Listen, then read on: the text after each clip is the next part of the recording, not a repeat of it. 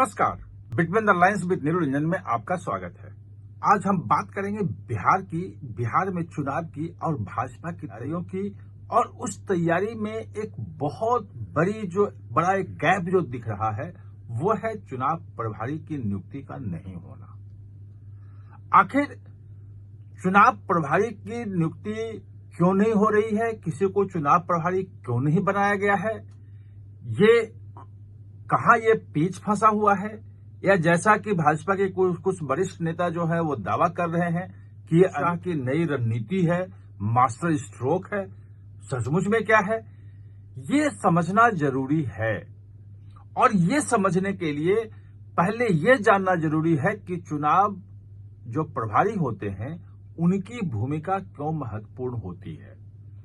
ये जो राज्य के प्रभारी होते हैं भाजपा से, जो केंद्रीय नेता, उससे अलग है। विनोद तावड़े बिहार में प्रभारी हैं, वो महासचिव हैं और प्रभारी महासचिव हैं। ऐसे सभी राज्यों के कोई न कोई प्रभारी महासचिव, सचिव को प्रभारी बनाया जाता है, जो वहां संगठन का काम देखता है और वहां समन्वय करता है, केंद्रीय संगठन और राज्य के संगठन के साथ पूरा तालमेल बिठाता है। लेकिन जो चुनाव प्रभारी होता है वो उसकी एक अलग भूमिका होती है, और वो केवल चुनाव के लिए होता है। हमने देखा है कि भाजपा 5-6 महीना पहले ही चुनाव प्रभारियों की घोषणा कर देती है। झारखंड का चुनाव अभी था, वो शिवराज सिंह चौहान चुनाव प्रभारी थे, हेमंत बिस्वा शर्मा जो है वो वहां पेशा प्रभारी थे, और लगातार हेमंत बिस्वा शर्मा वहां किस ढंग से चुनावी रणनीति तैयार करना है, शिवराज सिंह चौहान वहां बैठते थे और सब कुछ करते थे। मध्य प्रदेश में भूपेंद्र यादव को बनाया था, हरियाणा में धर्मेंद्र प्रधान थे। ढंग से अगर आप देखते हैं तो हर जगह जहां भी राज्य के चुनाव होते हैं वहां एक केंद्र से चुनाव प्रभारी बना के भेजा जाता है। चुनाव प्रभारी का काम चुनाव के मुद्दे तय करने से लेकर के पूरे अभियान प्रचार सामग्री तैयार करने से लेके और पूरे जितने भी विधानसभा क्षेत्र में जितने भी जगह है सबको समान रूप से पहुंचाने तक की सबकी जिम्मेवारी उसकी होती है, सब सुनिश्चित करता है, ताकि पूरे चुनाव अभियान में कहीं कोई गैप नहीं रहे। कोई ये न हो कि कहीं ज्यादा संसाधन जा रहे हैं, कहीं कम संसाधन जा रहे हैं। जो उम्मीदवार चुने जाते हैं वो उसमें भी उनकी भूमिका, उनकी रिपोर्ट महत्वपूर्ण होती है, क्योंकि वो ये देखते हैं कि सचमुच में कौन कौन से उम्मीदवार कहां हैं और उम्मीदवारों के पीछे बैकअप क्या है, किसके पास है, किसके पास नहीं है। मतलब सब कुछ में चुनाव प्रभारी की भूमिका बहुत ही अहम है, और इसलिए भाजपा जो है वो चुनाव प्रभारी नियुक्त करती है। बाकी पार्टियां भी करती हैं, राष्ट्रीय पार्टियां करती हैं, लेकिन भाजपा की मैं बात कर रहा हूं तो भाजपा करती है। अभी तक नहीं हो पाया, जबकि आप अगर देखें तो नवंबर में वहां पे विधानसभा का चूंकि कार्यकाल खत्म हो रहा है, तो नवंबर में 15 नवंबर तक जो है वो इलेक्शन वहां हो जाना चाहिए, होना ही होगा। 30 सितंबर को जो मतदाता सूची है वो फाइनल जारी हो जाएगी, एसआईआर की प्रक्रिया खत्म हो जाएगी। किसी भी वक्त, सितंबर के लास्ट हो, अक्टूबर के फर्स्ट में हो, 2-3 अक्टूबर हो, 4 अक्टूबर हो, किसी भी वक्त चुनाव की घोषणा हो सकती है, तारीखें सामने आ सकती है। आधा सितंबर बीत रहा और अभी तक चुनाव प्रभारी का कोई अता पता नहीं है। कुछ लोग कहते हैं कि जैसे राष्ट्रीय अध्यक्ष का 1.5 साल से बाल अटका हुआ है, उसी ढंग से चुनाव प्रभारी का भी अटक गया। बाकी तमाम तरह की चीजें हो रही हैं, क्योंकि पूरे भाजपा में जो हो रहा है तो सबको ये कॉन्स्पिरेसी लगती है कहीं ना कहीं कि कुछ ना कुछ पेच फंस गया है, जिसके कारण ये रुका हुआ है।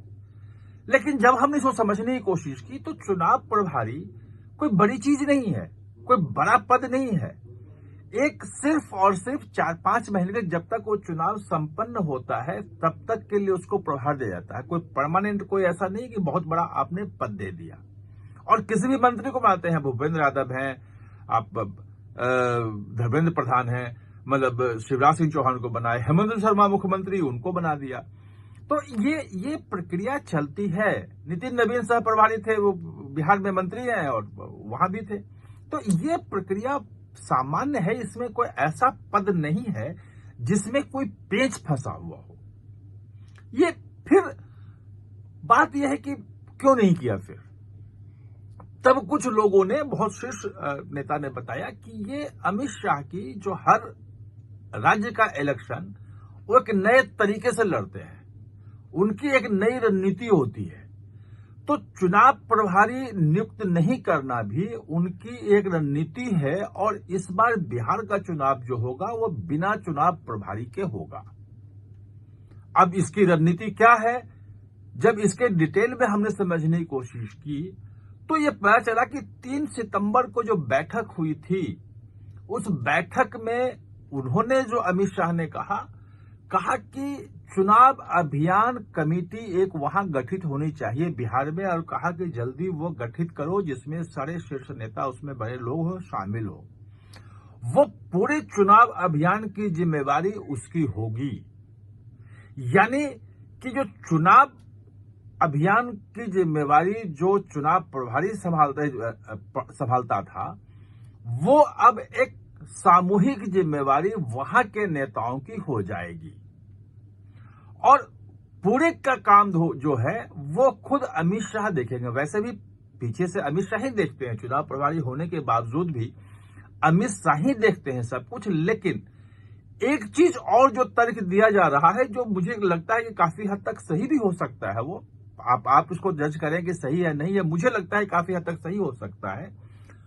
वो ये है कि इस बार बिहार में जो अमित शाह की नई रणनीति है वो भाजपा को लड़ाने को लेके नहीं है।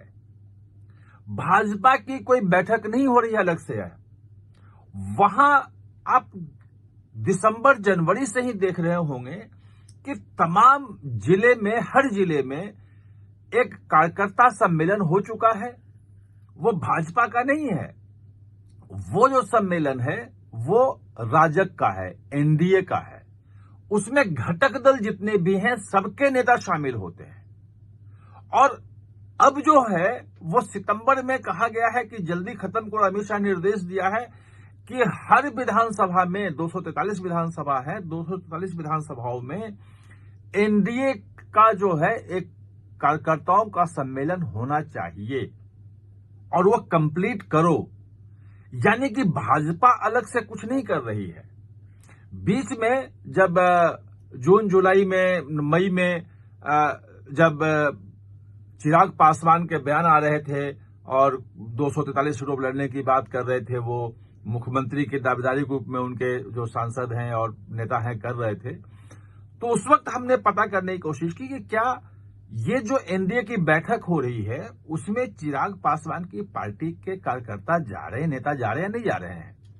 तो पता चला कि बयान बाहर भले जो कुछ दे रहे हो, लेकिन सभी जो एनडीए की बैठकें हैं, एनडीए के सम्मेलन हैं, एनडीए की जो चीजें हो रही हैं, उसमें जो एलजेपी के नेता हैं वो भी सब उसी रूप में भाग ले रहे हैं। यानी कि इस बार पूरा का पूरा एनडीए जो है वो एक रूप में एक साथ चुनाव लड़ रहा है वहां पे, और एक इकाई के रूप में उसको अमित शाह ने इस बार तैयार किया है।